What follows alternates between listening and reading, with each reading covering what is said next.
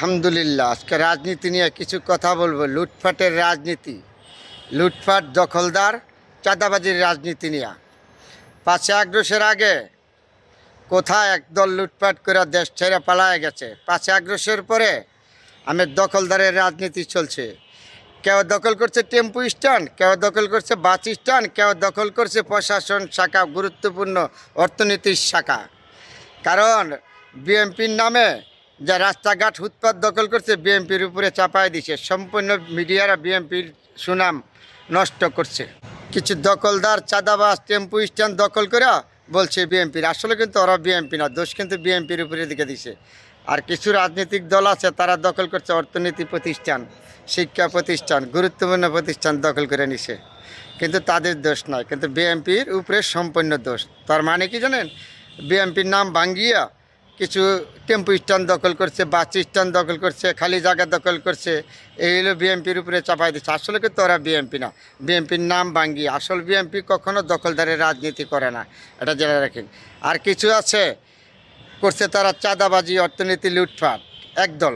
আরেক দল করেছে বাংলাদেশের শিক্ষা প্রতিষ্ঠান দখল, অর্থনীতি, বিশ্ববিদ্যালয়, এই প্রতিষ্ঠানগুলি। কিন্তু বিএনপি কেন জানি কৌশলের কাছে হাইরা গেছে, তারা দখল করতে যায় নাই। দখল না করে আজকে তারা বিএনপি খেসারত দিতে হয়েছে রাজনীতিকভাবে মাঠ ময়দানে। দেখেন বিএনপির পরিচিতি, কিন্তু মিডিয়ারা যতই দেশে লুটপাট হয়েছে কিন্তু বিএনপির উপরে চাপাই দিচ্ছে। আসলে কিন্তু বিএনপি কিছু করে না, এটা আমি নিজেই গ্যারান্টি দিয়ে বলতে পারি। দেখেন যত জায়গায় বলছে টেম্পু স্ট্যান্ড দখল করছে, গিয়ে দেখেন আওয়ামী লীগের সাবেক স্বৈরাচারের লোক, তারপরে বিএনপির দোষ হয়েছে, বিএনপির নাম ভাঙ্গিয়া দখল করছে। আর যারা অন্য অন্য দল আছে, নিবন্ধন শুদ্ধ ছিল না, তারা দখল করছে বাংলাদেশের অর্থনীতি প্রতিষ্ঠানগুলি, শিক্ষা প্রতিষ্ঠানগুলি, ডিসিএফসি, কিছু দল আছে ডিসিএফসি সচিবালয় দখল করছে। এই হলো ৫ই আগস্টের পরে দখলদারের রাজনীতি।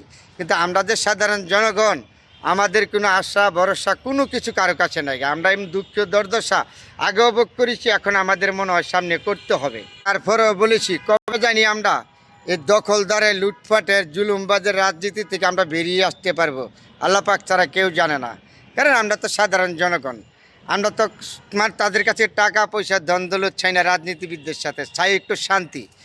এখন দেখেন তো, তারা যে আড়াআড়ি ধরে যখন মিডিয়ার সামনে যায়, তখন একটা রাজনৈতিক দলের নেতা আরেকজনকে কীভাবে অসম্মান করে, সিনিয়র নেতাদেরকে সম্মান বলতে রাজনীতির মধ্যে এখন নাই।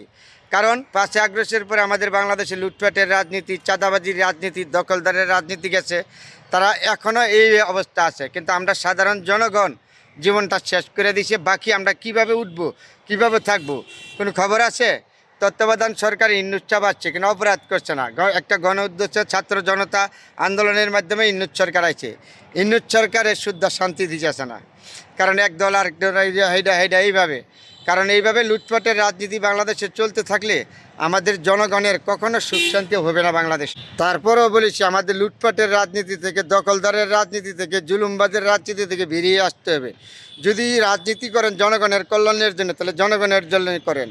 আড়াআড়ি হুড়াহুড়ি এগুলি বাদ দেন, বাদ দিয়ে দখলদারের রাজনীতি সাধারণ জনগণকে এইভাবে নির্মমভাবে আর কষ্ট দেন না। আপনার কাছে জনগণ টাকা পয়সা চায় না, কিচ্ছু চায় না, চায় একটু সুখ শান্তি। আমাদের আজকে বাজারের অবস্থা, নিত্য প্রয়োজনীয় জিনিসপত্রের দাম উল্টা পাল্টা, আমাদের সব কিছু অর্থনীতি, ব্যবসা বাণিজ্য, বাংলাদেশের সব অর্থনীতি দুর্বল হয়ে গেছে। কেন দুর্বল হচ্ছে? একটা গণ হয়েছে 17 বছর আন্দোলনের ফসল। যদি ছাত্র জনতা আন্দোলন করে শেখ হাসিনাকে সরাইছে, রাজনৈতিক দলরা সরাইছে, কোনো সন্দেহ নাই। বাংলাদেশে যতগুলি রাজনৈতিক দল আছে সবাই আন্দোলনে অংশগ্রহণ করেছে, সাধারণ জনগণ করেছে। এমনকি মা আপন তো শিশু বাচ্চাকে ঘর থেকে বের করে দিয়েছে পানির বোতল দিয়া। আমরা কি এটি আশা করছিলাম এই দেশের জন্য? কেন আজকে আপনারা এরকম লুটপাটের মধ্যে পড়বো, জুলুমবাজের পড়বো, অত্যাচারের মধ্যে পড়বো? আসেন না, আমরা অত্যাচারের, জুলুমের রাজনীতি থেকে বেরিয়ে আসি। এ দেশের মানুষকে আমরা যদি রাজনীতি জনগণের জন্য করে থাকি, তাহলে জনগণকে কিছু দেই। কেন আমরা এইভাবে করবো? জনগণকে আর কষ্ট কেন দিব? সবারই মন মানসিকতা পরিবর্তন করতে হইব। মিডিয়ার সামনে গেলে একটা সিনিয়র রাজনীতিবিদদেরকে এইভাবে অপমান করা যাবে না, কথা বললে হিসাব করে বলতে হইব। মিডিয়ার সামনে গেলে যা মন চায় তাই বলা যাবে না। এগুলি রাজনীতি না।